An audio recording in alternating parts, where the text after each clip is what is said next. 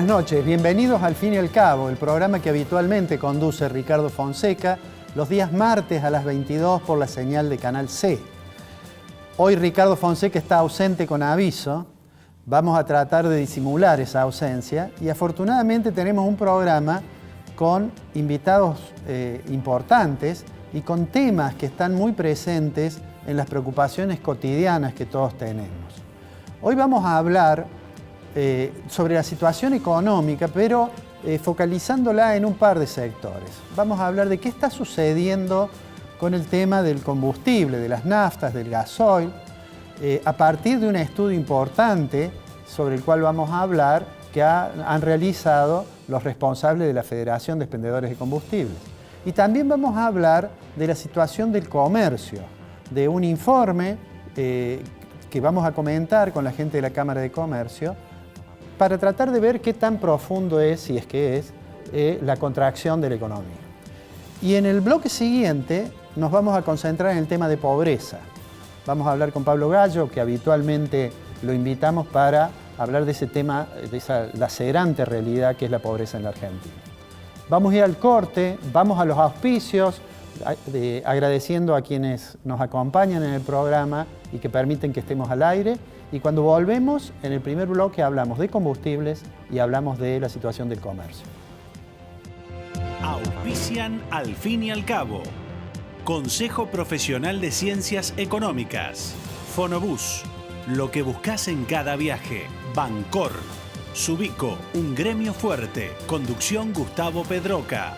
Defensoría del Pueblo de la Provincia de Córdoba. Universidad Tecnológica Nacional, Facultad Regional Córdoba. Banco Nación. Fabicur, ICSA, Urbantex Aberturas, tecnología de alta calidad. Cooperativa Horizonte, los pies sobre la tierra. Inversia S.A. Mediterránea de Inversiones. Estudio jurídico del Dr. Carlos Nagy, abogado penalista. CIAFA, Sistema Informático de Fármacos Antineoplásico. Instituto San Agustín SRL. Red de concesionarios Pauni Sanelo. IMIX, Droguería Oncológica. Municipalidad de Córdoba, La Muni. Instituto Ulton, Diagnóstico y Tratamiento Ambulatorio. Centro Integral Robles, Centro de Tratamiento de Diagnóstico Cardiológico. Novar, calidad y tecnología para su vista. La Anastasia, calidad y buen gusto. Pueblo Santo, restobar de sabores y música. Doctora Elvia Guzmán, especialista en Derecho Previsional. Reina Ada, peluquería. Colegio de Farmacéuticos Córdoba. Facultad de Ciencias Económicas, www.eco.unc.edu.ar. Pila Inversiones.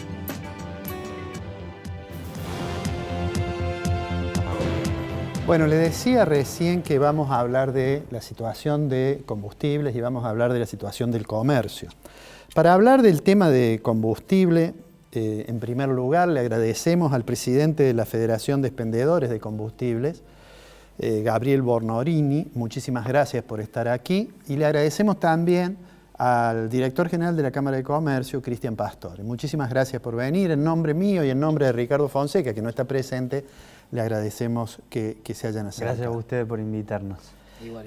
Bueno, la Federación lleva un sistema, se llama Sistema Estadístico de Expendio de Combustible, sobre el cual me gustaría hablar, pedirles una opinión de cuál es la situación. El fin de semana pasado, bueno, nos quedamos afuera del Mundial y el día siguiente aumentó la nafta, ¿no? El 1 de julio aumentó un 5% y un 8%. Un 5% las naftas y el diésel, y los productos premium un 8%.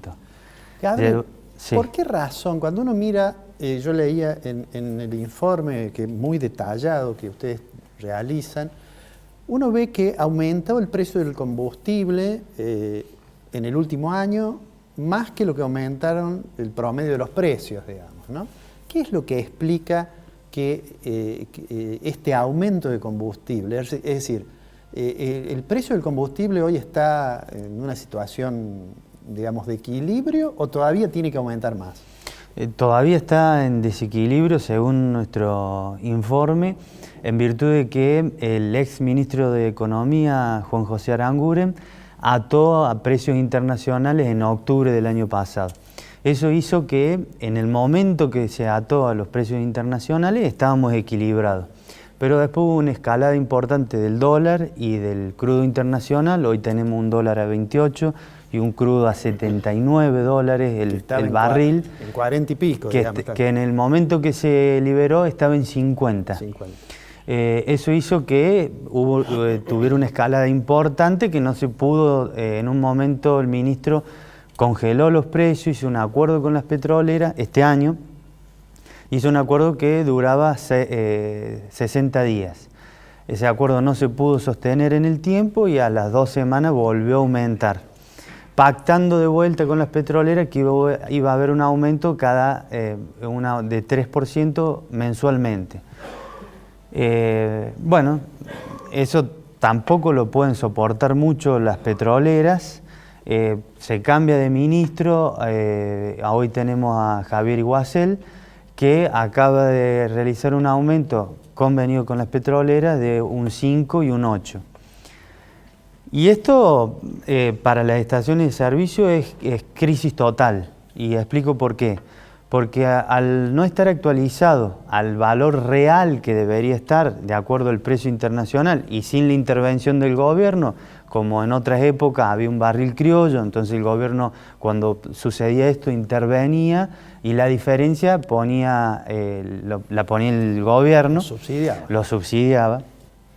Entonces hace que las petroleras restrinjan el suministro y las más afectadas son los canales mayoristas que le venden a las estaciones de servicio blancas. ¿Hay problemas de abastecimiento? No es que hay problemas, están desabastecidas las estaciones de servicio blanca. Hoy hace 3 días que están sin combustible, están desabastecidas porque obviamente las petroleras priorizan a las que tienen contrato, a las estaciones de servicio que tienen contrato, y las que no tienen contrato le han restringido a 0. Entonces se han quedado sin poder vender productos. ¿Cuánto tendría que ser el ajuste o cuánto falta todavía? ¿Cuánto es el atraso en el precio? De acuerdo a las 3 variables, tenemos biocombustible, el precio internacional del crudo, el Brent, y el dólar.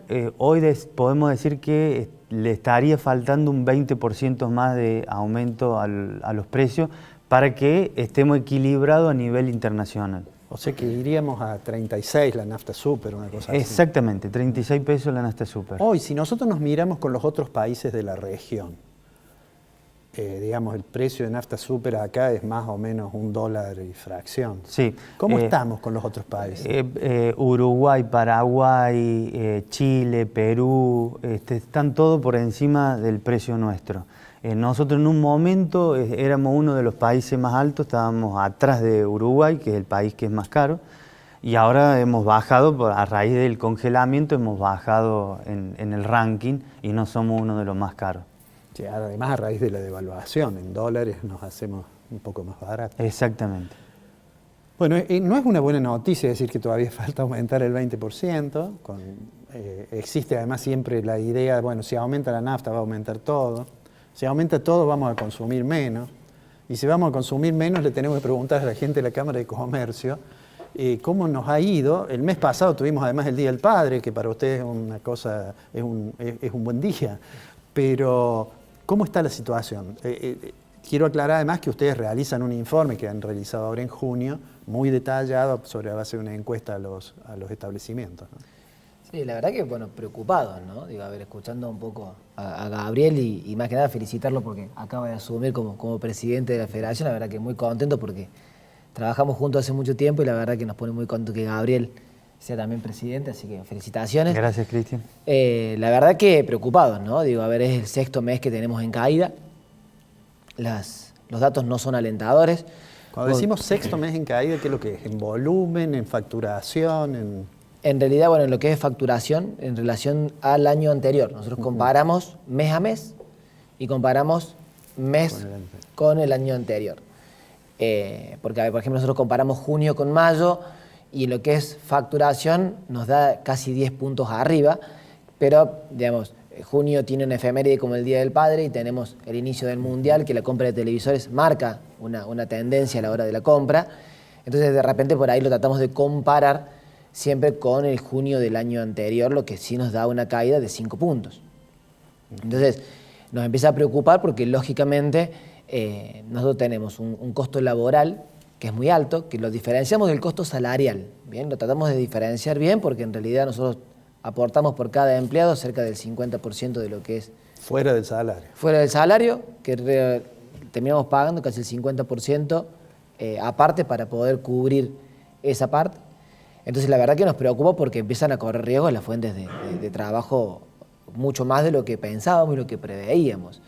A ver, para el comercio es muy difícil despedir gente por varias razones.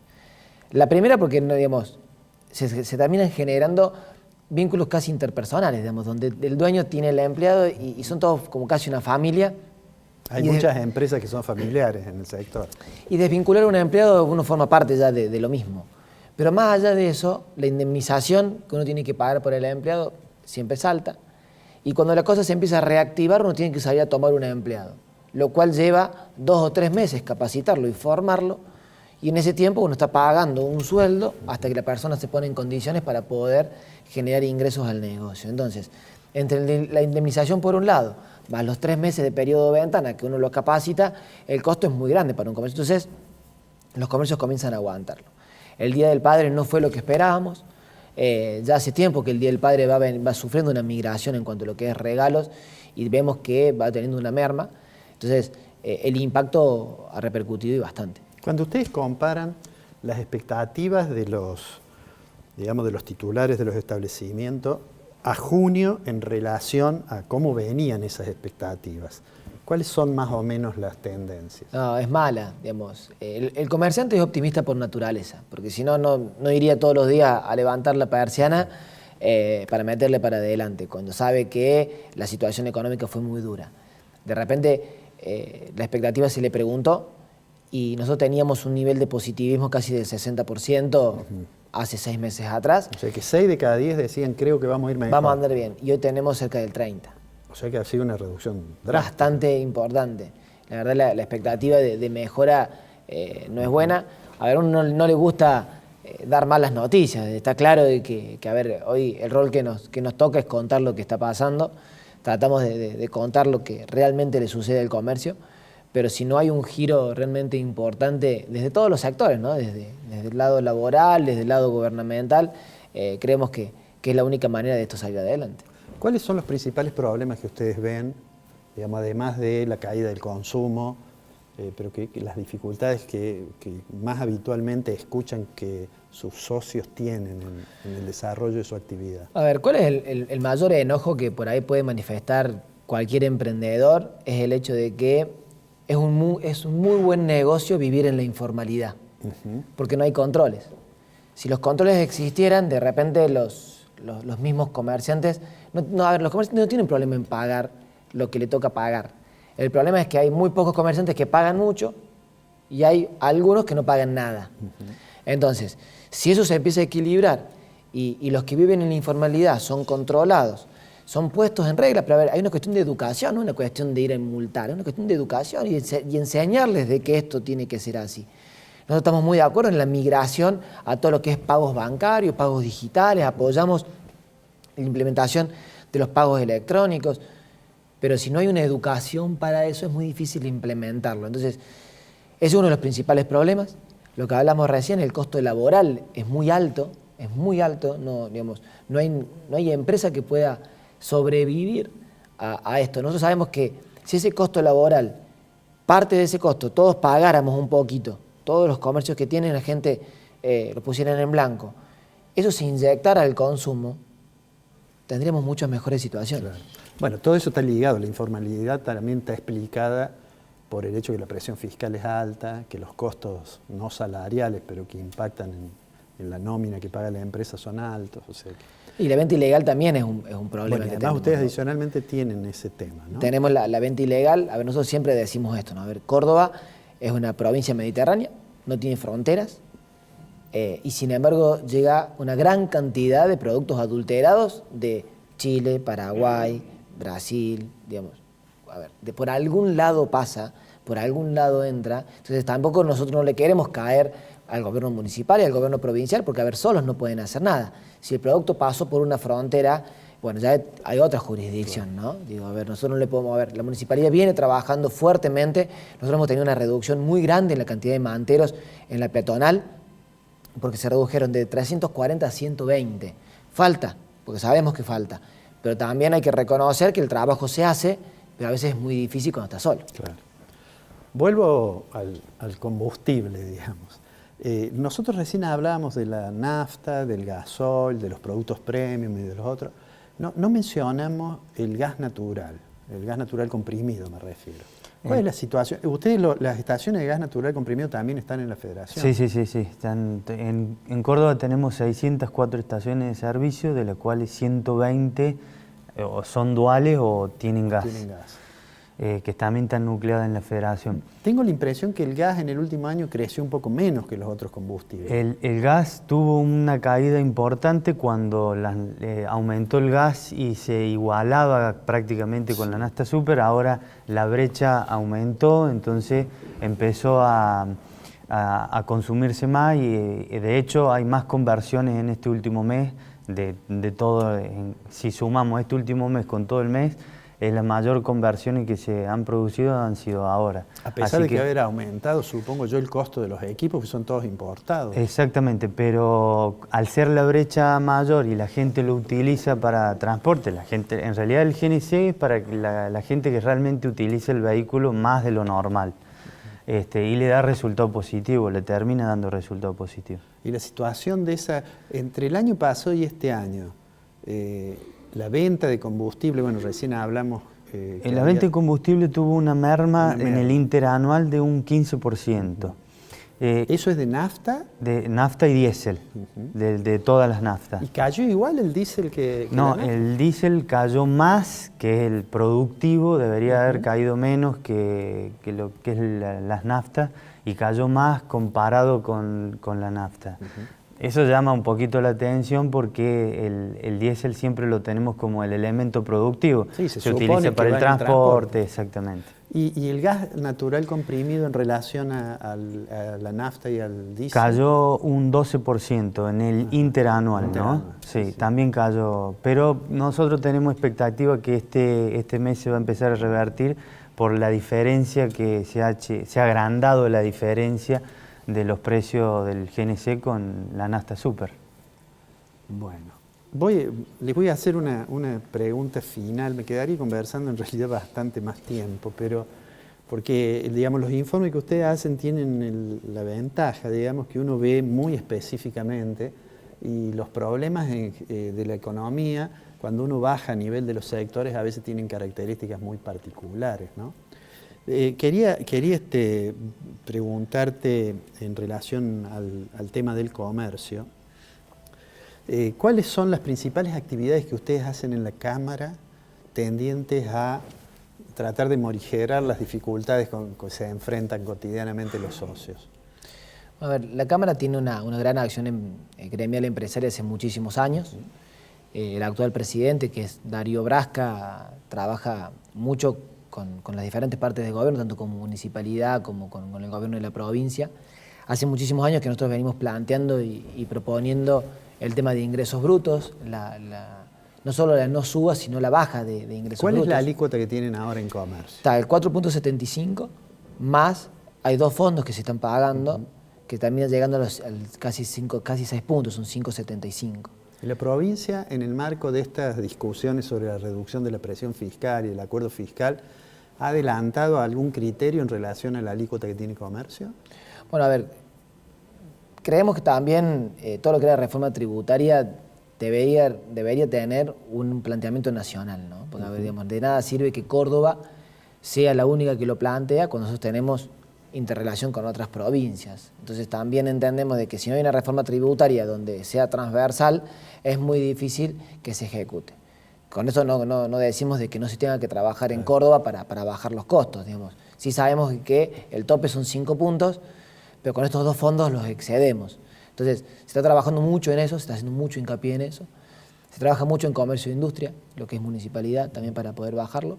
Pero además también trabajamos mucho en lo que es posibilidades de consumo, tratar de generar crédito, tratar de generar financiación, tratar de capacitar a los socios. La prórroga de la hora 12 es una buena noticia, digamos, para ustedes.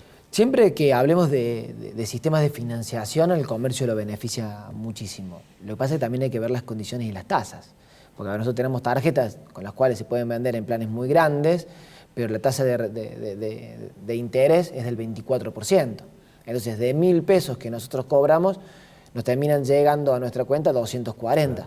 Y nosotros tributamos el 21% sobre los 1.000, el 5% sobre los 1.000, comercio e industria sobre los 1.000. Sí. O sea, al final de los 240 nos termina llegando bastante menos. Entonces, la verdad que nos impacta y bastante. Nosotros lo que sí tratamos de hacer mucho hincapié es en la formación del comerciante para poder desarrollarse y ser más competitivo. Hoy la cuarta revolución industrial es el e-commerce y tenemos que trabajar en dos plataformas similares, el comercio tradicional con el comercio electrónico. Termino, te agradezco mucho la presencia. La pregunta para vos es sobre la cuestión tributaria, sobre la carga de impuestos que tienen los combustibles. ¿Qué mirada tienen ustedes de eso? Porque ha habido una modificación que aparentemente debería haber hecho bajar un poco eso, ¿no? Sí, pero no se bajó. La carga del combustible tiene un 45% de lo que uno paga es impuesto.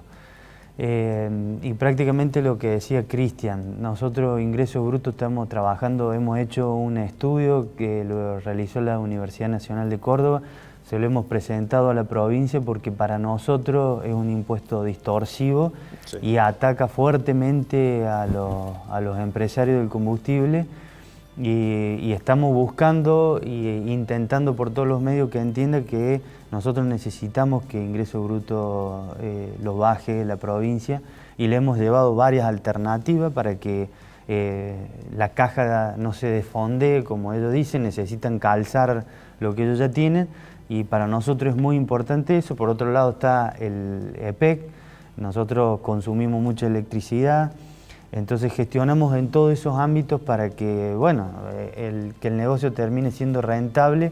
Y si vamos al tema del financiamiento, ahora nos están cobrando el 1% por depósito en efectivo, del monto total que nosotros llevamos.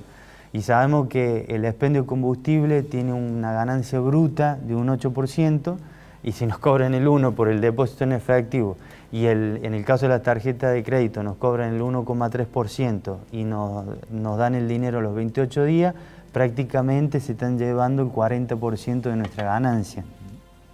Razón por la cual gestionamos ante las tarjetas de crédito, gestionamos ante ese 1% que nos cobran por los depósitos en efectivo, nos cobra en Ingreso Bruto, tenemos una alícuota reducida que es la que nosotros, antes de que empezara la ley de emergencia, era en 2,28.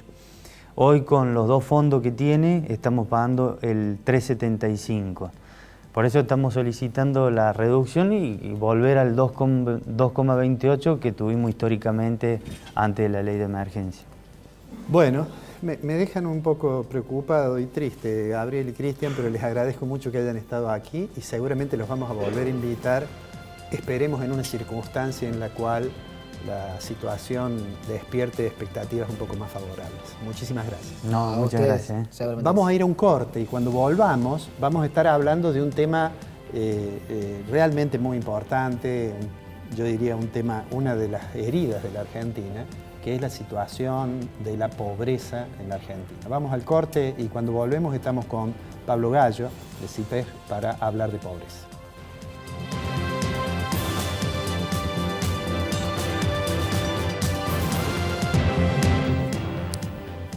Bueno, como les decía antes del corte, vamos a hablar de un tema que en realidad es un tema que nos lastima, que son los problemas de pobreza. En particular, eso asume, digamos, una gravedad mayor cuando uno piensa en la niñez, en los jóvenes y los adolescentes y cómo le pega la pobreza, cómo le pega la indigencia a esos sectores. Estamos hoy con una persona que nos ha visitado varias veces, que sigue en el tema de pobreza desde CIPES, el Centro de Investigación de Participación de Políticas Participativas, Económicas y Sociales. Su director, Pablo Gallo, nos visita una vez más y le agradezco en mi nombre y en nombre de Ricardo que estés aquí, Pablo. Gracias a ustedes. Bueno, la primera pregunta es, ¿se conocieron algunos datos sobre pobreza de los que normalmente releva la Universidad Católica Argentina? Ustedes además siguen mucho los temas de pobreza. ¿Cuál es la visión que tienen de la situación a partir de esa información que se ha conocido? ¿Qué es lo que nos dice eso? Bueno, en términos de número y de información, lo que empieza a aparecer en la realidad es lo que todo el mundo suponía que iba a empezar a suceder luego de la disparada del dólar, que una parte de esa disparada del dólar se vaya a precios y con ello se va encareciendo productos, principalmente lo que componen la canasta básica de alimentos. Cuando uno pregunta solamente sobre esos componentes de muchos de esos productos, ha tenido suba de hasta un 10% en ese tipo de productos, lo que equivale para familias que representa la canasta básica de alimentos más del 50% de lo que gastan. Claro. Eso es importante para tener en cuenta el impacto que tiene poder cubrir esa canasta para familias que tienen ingresos muy superiores o por arriba de los 18.000 pesos. Evidentemente no representa el impacto para el que los tiene por debajo de esos 17.000 pesos, que puede ocupar hasta el 70% de sus ingresos únicamente comprar los alimentos para el mes. Evidentemente esa situación lo que hace es que vuelve a disparar los porcentajes de pobreza e indigencia para arriba, cuando el último dato del INDEC indicaba una baja. Que era 25 y fracción. Recordemos que era 25% que se había festejado en ese momento. Siempre que baje la pobreza es un buen motivo para festejar. También hay que ser serio, y nosotros así lo indicamos, que para establecer una baja real de la pobreza no era solamente necesario un dato semestral, sino que había que tomar una serie de mucho más tiempo. La pobreza en la Argentina está entre el 25 y el 30% de los últimos 20 años, o sea, no estamos saliendo de una situación ya general y bien marcada. Ahora, lo que este nuevo escenario económico propone a la Argentina es una suba de los niveles de pobreza e indigencia, sin lugar a dudas. Y yo decía que eso asume una particular gravedad cuando uno piensa en los niños y en los jóvenes, y la información que se ha conocido es también en ese sentido es como muy preocupante, ¿no es cierto? Bueno, la UCA, a través de su Observatorio de la Deuda Social, lo que plantea también es algo que nosotros venimos indicando. Cuando la pobreza a nivel general se encuentra en un 30%, o sea, a nivel general estamos hablando sin distinción etaria. Sí. Pero cuando hablamos del niño ya no es del 30%, sino es del 48, 49 o el 50%. ¿Qué quiere decir? Que la mitad de nuestros niños hoy por hoy se encuentran en niveles de pobreza, lo que profundiza un fenómeno que nosotros indicamos como infantilización de nuestra pobreza. Si nosotros queremos imaginarnos la pobreza argentina y imaginemos niños, pongámosle rostro de niños, que sin lugar a dudas no nos estaríamos equivocando. La pobreza argentina tiene rostro de nuestros niños y particularmente en los sectores muy vulnerables, donde el impacto que tiene sobre esas vidas, sin lugar a dudas, es determinante para el resto de su vida. Te hago una pregunta, Pablo. Después del estallido del 2001 y digamos que la mitad prácticamente de la población fue arrojada por debajo de la línea, digamos, de pobreza, Argentina tuvo, digamos, por lo menos una década, un poquito menos a lo mejor que una década, con tasas de crecimiento muy altas, ¿no? ¿Qué es lo que explica que de todos modos, habiendo crecido, veníamos creciendo, había algunos que decían crecemos a tasas chinas? ¿Qué es lo que explica que el nivel de pobreza se haya mantenido tan elevado, claramente, como decías vos, muy por encima de lo que era hace 40 años? Lo que indica claramente es que perdimos nuevamente una oportunidad en términos históricos de resolver uno de los principales problemas que tiene nuestro país. Es verdad que tuvimos una década de crecimiento y muchos años de esa década de crecimiento fue a tasas chinas, pero eso no se tradujo en poder desmantelar principalmente los niveles altos de pobreza e indigencia, principalmente en los sectores más infantiles. Pensemos solamente como políticas acertadas, en las cuales nosotros estamos de acuerdo, como la asignación universal por hijo, cuando fueron presentadas como una forma de eliminar la indigencia en la niñez y atacar fuertemente la pobreza. Bueno, la indigencia no se eliminó, subsiste, ha crecido, la pobreza infantil subsiste y ha crecido, pero también se mantiene esa pobreza estructural en la Argentina, que se pasa de generación en generación como ese círculo de la pobreza donde muchísimas familias no pueden salir de ella. ¿Qué quiere decir? Que evidentemente el combate a la pobreza no es solamente un problema de desarrollo social o de acción social o políticas orientadas a la acción social, sino que el problema, al ser tan complejo, por cuanto una de sus dimensiones seguramente es el ingreso económico. La UCA cuando hace este estudio sobre pobreza, la metodología que utiliza es la multidimensional, entendiendo que la pobreza es un fenómeno que tiene muchas dimensiones. El ingreso es uno, el hábitat es otro, el acceso a la salud, a servicios son otros.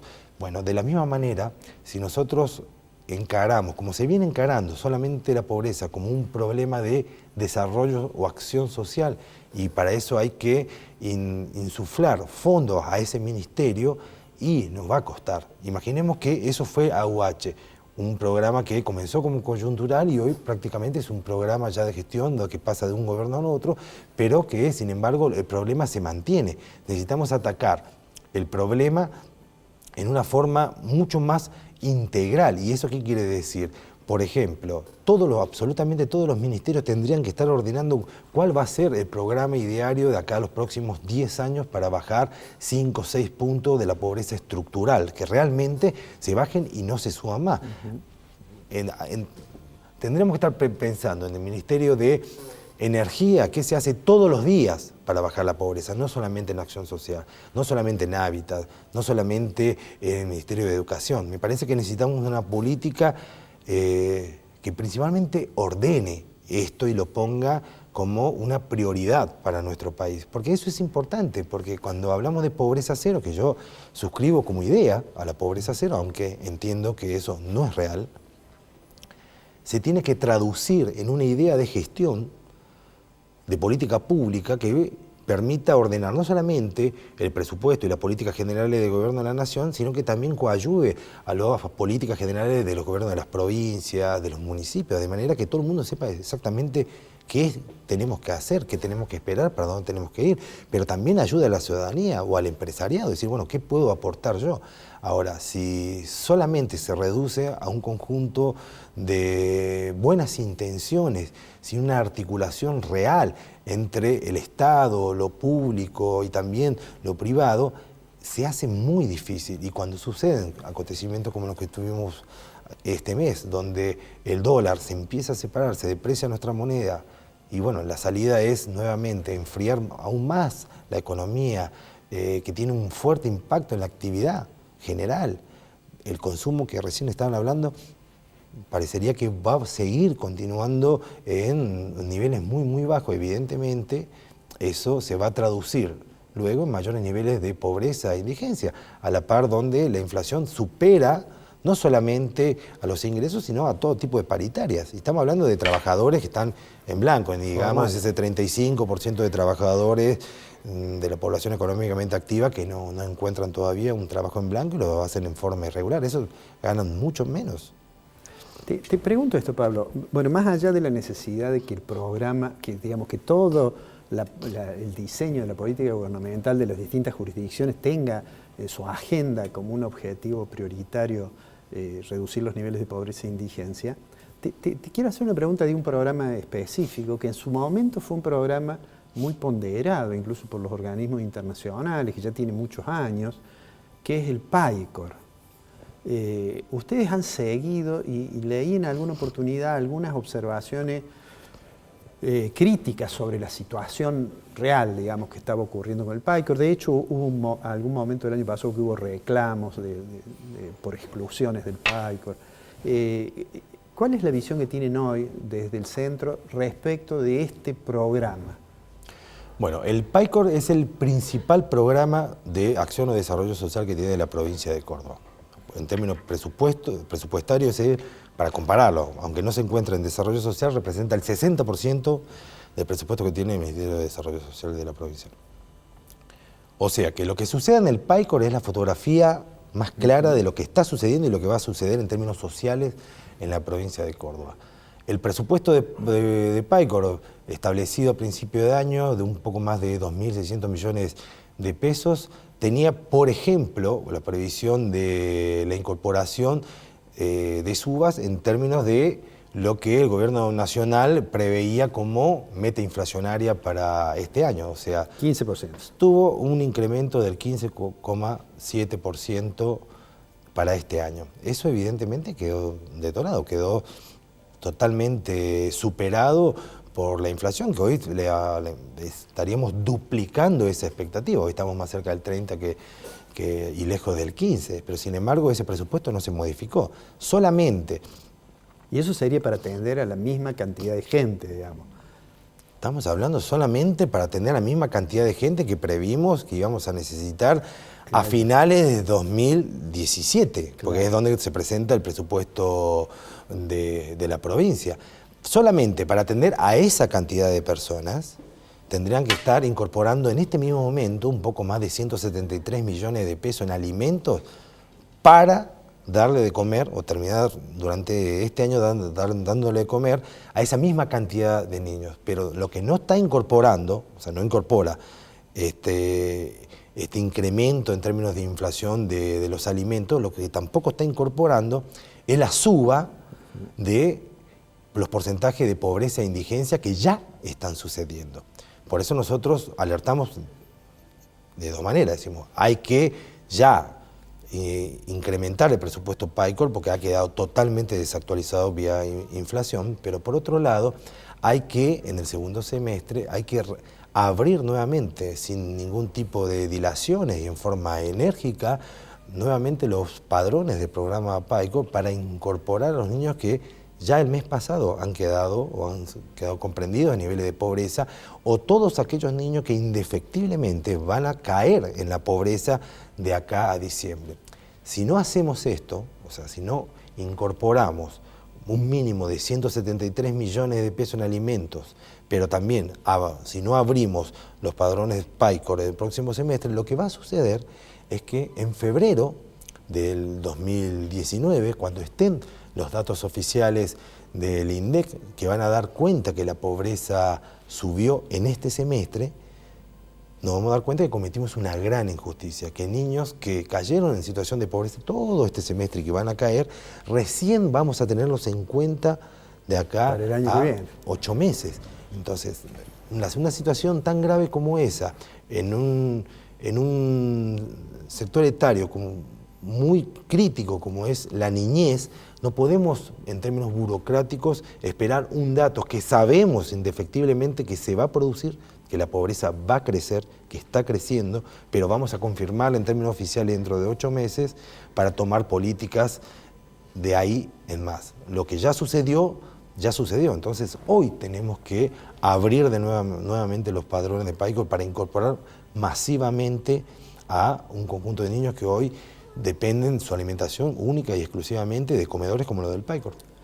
Lo cual obviamente va a ser complejo habida cuenta del marco general de restricción de gastos y de políticas de ajuste que supuestamente van a afectar las cuentas públicas. Bueno, yo puedo entender que va a haber un achicamiento de gastos. Ahora, si en ese achicamiento de gastos no tenemos previsto esto, que es la alimentación de nuestros niños, bueno, ¿en qué gastamos? Claro. O sea, si no vamos a gastar en esto, ¿qué más importante que esto, que es exactamente, no nuestro futuro, es nuestro presente, nuestro futuro y todo lo que tenemos para ganar está puesto ahí? Hoy lo estamos jugando, está sobre esta mesa. Si no lo cuidamos hoy, difícilmente podamos resolverlo el día de mañana, porque el daño que se hace estructuralmente a un niño en edad de desarrollo, en términos intelectuales, por su falta de alimentación hoy, es irreparable el día de mañana, por más dinero y presupuesto que tengamos y oportunidad, ganas y política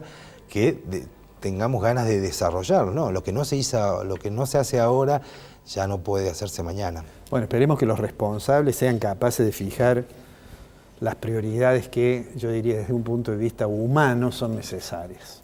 Muchas veces eso no ocurre, pero, digamos, no perdamos las esperanzas de que sea capaces de corregirse eso. No, evidentemente que no, y nosotros de hecho cuando lo estamos alertando es para que eso suceda, estamos esperando que suceda y nosotros confiamos que van a dar cuenta, van a tomar nota sobre esto, que lo deben saber, que de hecho lo tienen que estar sabiendo, es imposible no saberlo porque se percibe, para poder modificarlo rápidamente sin que esto tenga que ser una discusión extendida para resolver algo muy concreto que se trata nada más y nada menos que el bienestar de nuestros niños. Ojalá sea así. Pablo, te agradezco mucho que hayas venido, te agradezco en mi nombre y en nombre de Ricardo que no está, y seguramente te vamos a estar llamando cada vez que aparezcan estos datos que nos lastiman y que da la impresión que somos incapaces de resolver este tema tan dramático que es los niveles de pobreza en la Argentina. Muchas agradecido soy yo por el interés que le ponen a este tema. Muchas gracias. Ahora vamos a ir a un corte y cuando volvemos ya nos despedimos. Bueno, nos estamos yendo, pero permítanme que haga una breve reflexión sobre los temas que hoy estuvimos comentando con nuestros invitados. Y voy a comenzar por nuestro último bloque, por el tema de pobreza que hablábamos con Pablo Gallo. Mi pregunta, ¿cómo es posible que Argentina, que tuvo después del estallido del 2001, una década creciendo a tasas muy importantes, midiendo la tasa de crecimiento del Producto Interno Bruto, se solía decir que crecíamos a tasas chinas, y Pablo me señalaba que, bueno, efectivamente eso era así, pero no habíamos logrado perforar un nivel de pobreza que, digamos, es claramente muchísimo más elevado de lo que era hace 40 años. Es como que se ha cristalizado un nivel de pobreza y diría que cuando uno habla de ese tema, uno debe hablar no en términos económicos, no en términos políticos, es esencialmente hablar en términos humanos, porque de lo que se trata es de personas y en particular cuando uno mira el porcentaje en que los niños están en situación de pobreza y llega a que a la mitad de los niños o un poco menos de la mitad está en esa situación, realmente es casi una crueldad pretender hacer de eso un análisis económico porque se trata básicamente de una cuestión humana. Y lo voy a ligar con lo que hablamos en el primer bloque. En el primer bloque, tanto la gente de la Federación de Combustibles como la gente de la Cámara de Comercio nos planteaban las dificultades que están viendo o la pérdida de expectativas favorables que están percibiendo en los estudios que ellos hacen y cuyos últimos estudios son de este mes, del mes pasado, el mes de junio. Esto nos agrega un ingrediente de cierto escepticismo sobre la evolución futura, sobre todo cuando todavía no están impactada esta información por los sucesos de las últimas semanas, por la disparada, la corrida del tipo de cambio, la impericia, he dicho yo muchas veces, con que afrontó eso el Banco Central. Hay que buscar mucho en la historia para encontrar una autoridad monetaria que teniendo 50.000 millones de dólares lo corre el mercado y termine con la presidencia en este caso de Federico Sturzenegger. La impresión es que quizás una mirada demasiado monetaria del principal problema económico y que además es un problema que impacta sobre la pobreza de lleno, que es el tema inflacionario, la impresión de que es simplemente un fenómeno monetario, que el programa de metas de inflación iba a dar sus frutos, bueno, terminó, y acá voy a usar una frase que usó en su oportunidad Ricardo Fonseca, diciendo el principal fracaso de la política económica ha sido su incapacidad para estabilizar la economía.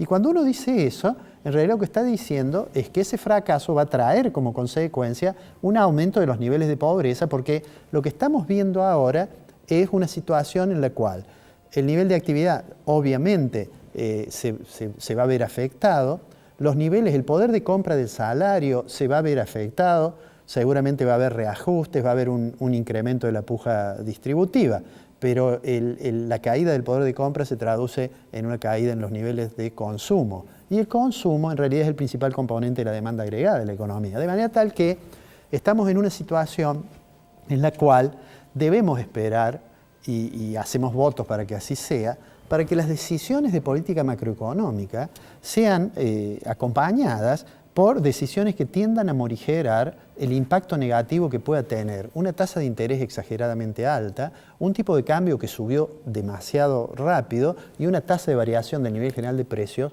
que claramente atenta contra las posibilidades del poder de compra de los sectores más vulnerables de la sociedad. Obviamente el gobierno esto lo conoce y se maneja en un marco de restricciones muy fuertes para tomar las decisiones, pero deberíamos probablemente esperar una actitud abierta, de acuerdo general de distintos sectores. No solamente se puede esperar que haya, cuando se dice todos debemos hacer un sacrificio, es fácil ver el sacrificio en los sectores asalariados porque es pérdida de poder de compra. Sería bueno ver en todos los sectores de la sociedad, en el sector público, en la política, en los dirigentes empresarios, una actitud que sea capaz de sentarlos a todos a una mesa, acordar. Y acordar significa ceder. No se puede sentar a una mesa para acordar si uno piensa llevarse más de lo que trajo. Si esa posibilidad finalmente se concreta y si existe la capacidad y la habilidad política del gobierno para llevarlo adelante y la madurez política de la oposición para acompañarlo, entonces podremos volver a tener expectativas favorables de un futuro que seguramente la mayoría de los argentinos nos merecemos. Nos vemos el martes que viene, aquí en Canal C a las 22, al fin y al cabo, el programa de Ricardo Fonseca.